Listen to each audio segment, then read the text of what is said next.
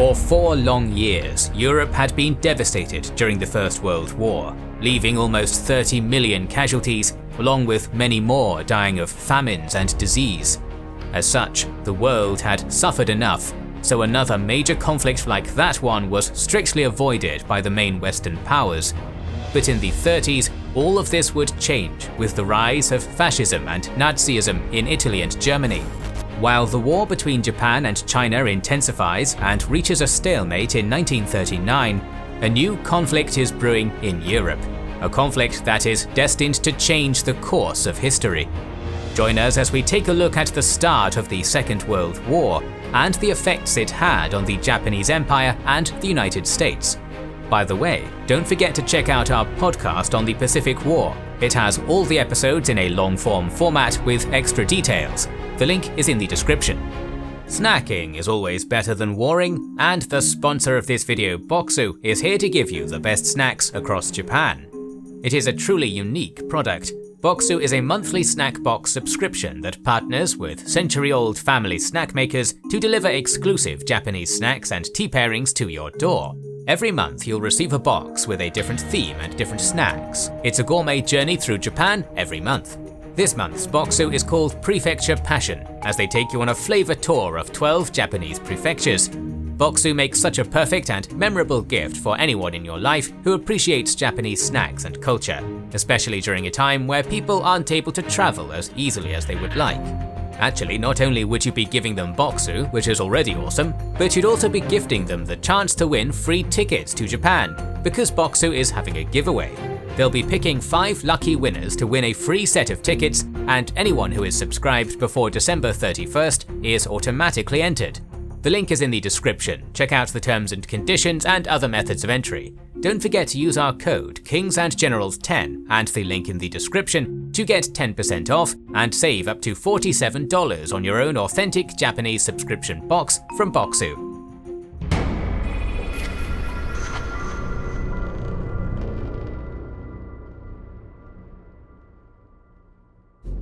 At the end of the Great War, the balance of power was drastically changed with the downfall of the German Empire and the rise of the United States as a world power. Because of the humiliating Treaty of Versailles, the newborn Weimar Republic was in a very difficult situation at the start of the Roaring Twenties, having to pay immense war reparations to their former enemies, and suffering a heavy military restriction upon its armed forces. Both of these problems would then lead to hyperinflation and economic crisis, as well as a lack of unity and political extremism plaguing the nation. The Germans also lost a big portion of their homeland and all of its overseas territories, giving rise to a national sense of irredentism and revanchism, which would be key to the rise of ultranationalism in the country. Concurrently, the Treaty of Versailles would also fail to concede to the Kingdom of Italy all of the territories that they had been promised for their participation in the war. This was seen as a great humiliation by the Italian nationalists, leaving the way open for the rise to power of Benito Mussolini and his fascist movement. From 1922 to 1934, Mussolini would go on to impose a totalitarian rule and build a solid groundwork for his dictatorship and his future expansionist prospects. Meanwhile, in Germany, the far-right National Socialist German Workers' Party rose to prominence under the leadership of Adolf Hitler, with ultranationalism, radical anti-Semitism and anti-Bolshevism, as well as a complete rejection of the Treaty of Versailles as their core principles. Amid the political chaos of the Weimar Republic and the deterioration of the economy due to the Great Depression, Hitler's oratory skills, promising a strong central government, a racial cleansing, and an economic recovery, would earn immense support for the Nazi Party in the Reichstag. In 1932, the Nazis thus won the national elections and subsequently started a campaign of political pressure and intimidation against the other parties that would allow Hitler to establish a dictatorship and to become Führer by 1934. Hitler would then start a massive rearmament program, directly repudiating the Treaty of Versailles and remilitarizing the Rhineland by 1936. It's at this point that the mutual hatred for Bolshevism prompted the Japanese Empire and Nazi Germany to sign the Anti-Comintern Pact, directed against the Communist International and the Soviet Union in particular. Japan hoped that this would become a military alliance against the Soviets, but after Hitler surprised them by signing the Molotov-Ribbentrop Pact with Stalin, this was not an option anymore. Relations between Germany and Italy also improved during this period, resulting in the creation of the Berlin-Rome Axis. As the United Kingdom and France couldn't contain the rise of Nazi Germany, and as they didn't want a Second World War that would be even more devastating for their empires, an approach of appeasement was taken towards German and Italian aggression. In this way, Austria, Memel and the Sudetenland were annexed, and Ethiopia, Albania and Czechoslovakia were invaded by the Axis powers without any retaliation. Wary of the growing conflict that was brewing in Europe, the Congress of the United States passed a series of neutrality acts in the 30s that promoted isolationism and non-interventionism, trying to assure that the US wouldn't be entangled in European affairs yet again. And as the Axis powers were becoming ever more aggressive, the UK and France had no other choice but to prepare for war, guaranteeing the independence of Poland, Romania and Greece in 1939. In response, Germany and Italy formalized their own alliance with the Pact of Steel. Thus, war was now inevitable. Meanwhile in China, after 2 years of bloody fighting, the Chinese were completely demoralized, and the Japanese continued to press their advantage. In February, Hainan Island fell to the Japanese, hoping to use it as a base for future naval invasions and bombing operations in southern China. Furthermore, the long Nanchang campaign concluded with the occupation of the city by early May, and the consolidation of their presence in the Jiangxi and Hunan regions. At the same time, conflicts with the UK would erupt because of the foreign aid that was flowing to China through Hong Kong and Indochina, consequently straining British-Japanese relations. But Japanese momentum would be interrupted by the escalation of border conflicts with the Soviet Union. As we've already covered, a big portion of the IJA command desired war with the Russians with the objective of destroying communism and securing the resources of Siberia. This expansionist doctrine, known as Hokushinron, drove Tokyo to sign the Anti-Comintern Pact in 1936, thus threatening the position of the Soviet Union in the east.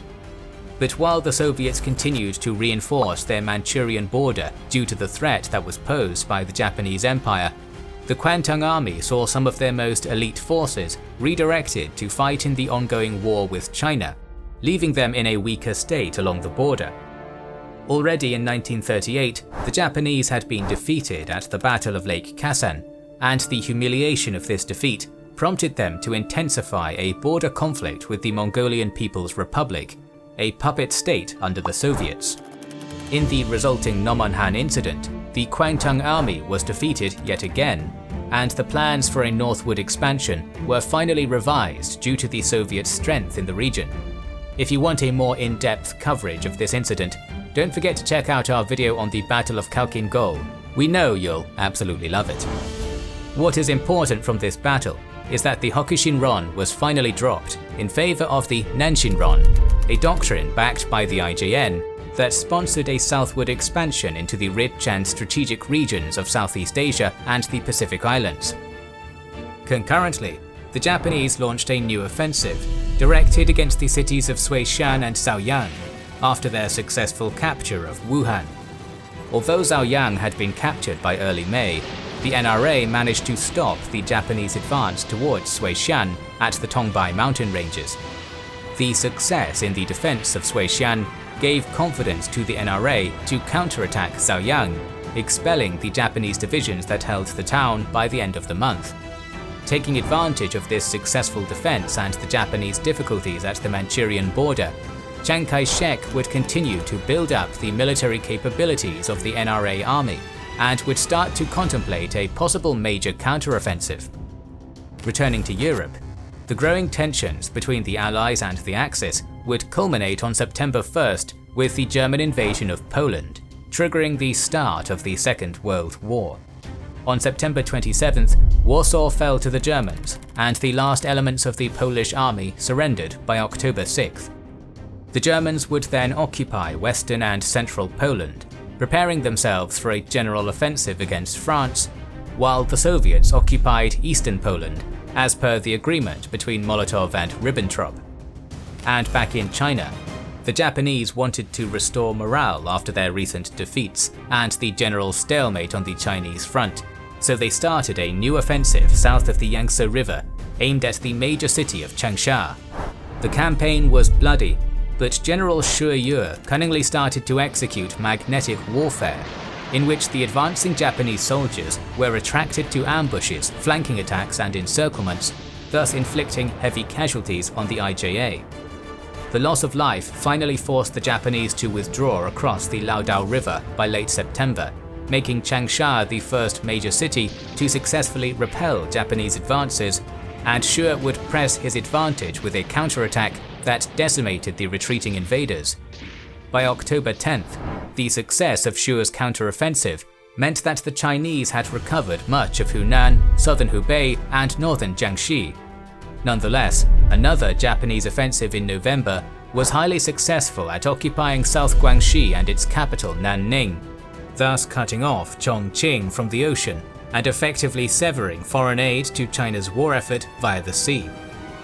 Now Indochina, the Burma Road and the Hump were the only remaining effective trade routes. But at the same time, Chiang's winter offensive was finally ready to be launched. The NRA planned to conduct multiple attacks on all fronts to tie down the Japanese forces and prevent them from preparing new offensives. In late November, the winter offensive commenced, and the Japanese braced themselves to withstand the NRA onslaught, seeing major fighting until late March 1940. In the north, despite tying down and causing heavy damage to Japanese forces, the objective of seizing all major towns in southern Shanxi was not met, and thus the operation was seen as a failure. Yet the Japanese invasion of West Suiyuan and Ningxia was also defeated by warlord Ma Hongbin and his Hui Muslim troops, forcing the invaders back to the town of Baotou during the Battle of Wuyuan. Meanwhile in central China, Japanese soldiers were successfully tied down south of the Yangtze River with relentless attacks, although the objective of recuperating Nanchang and Wuchang didn't come to fruition. While north of the Yangtze, Chinese forces would be completely defeated by the Japanese defenders, suffering heavy casualties.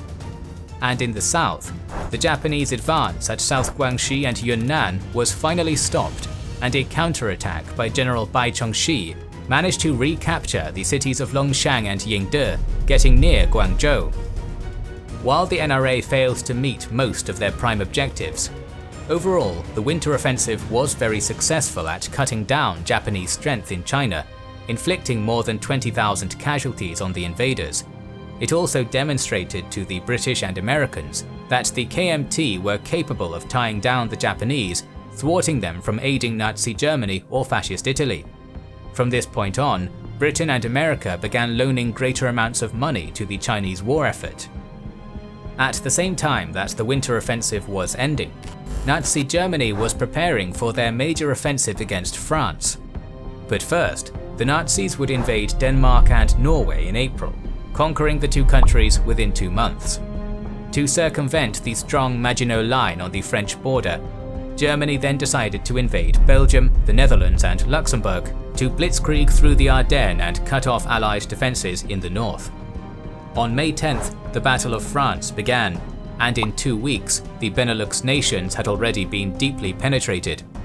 Pushed to the sea, the surrounded British, French and Belgian soldiers fiercely resisted the German assaults until June 4th, when the evacuation from Dunkirk was finally completed. The next day, the Nazis started their general offensive through the Somme and Ain rivers, decisively defeating Allied forces with their superior tanks and airplanes, and occupying Paris on June 14th. The ensuing collapse of the French army successfully terminated the campaign, and the Axis powers would go on to occupy France and to establish a puppet government in Vichy led by Philippe Pétain. In July, the Germans then prepared to start a naval and air blockade of the British Isles. A battle for air supremacy over the islands ensued, and the Nazis would start night bombing operations on Britain with the objective of forcing them to surrender. The UK was now alone, under bombardment and suffering the threat of possible naval invasion. This was the darkest hour for the Allies. The Japanese knew the Battle of Britain would see large numbers of British forces leaving Asia to help the home front, leaving places like Hong Kong vulnerable to attack. Hong Kong remained a major trade route for foreign aid to China. Furthermore, since the start of World War II, President Franklin Delano Roosevelt had announced that he would revise the Neutrality Acts with a cash-and-carry policy that allowed the sale of military arms to China and the Allies, hoping that American support would be enough to stop Japan and Germany. China in particular had already been receiving valuable American aid since the USS Panay incident, as no formal declaration of war had ever happened. But after the fall of France, although the US population was still definitely anti-war, FDR would intensify the naval buildup pushed with the Vincennes Acts and would begin to preemptively prepare for a war against the Nazis. Concurrently, the Japanese would be victorious in June with a minor offensive directed towards the capture of the cities of Yichang and Shaoyang, setting up an important airbase to intensify the bombardment operations in China and against the capital at Chongqing in particular. The Japanese would also allow German raiders operating in the Pacific during this period to resupply at Micronesia, which greatly increased tensions between Japan and the Allies. In the end, the problem of the British and American aid to China would force Japan to formalize its alliance with Germany and Italy with the signing of the Tripartite Pact in September, although it wouldn't join the war efforts, only blockading by land the British and French concessions in China. It's with this layout that we leave you for now, but join us next week as we finally cover the rising tensions between Japan and the US, as well as the events that directly led to the start of the Pacific War. Make sure you're subscribed and have pressed the bell button to see the next video in the series. Please consider liking, commenting and sharing, it helps immensely. Our videos would be impossible without our kind patrons and YouTube channel members, whose ranks you can join via the links in the description to know our schedule, get early access to our videos, access our Discord and much more. This is the Kings and Generals channel, and we will catch you on the next one.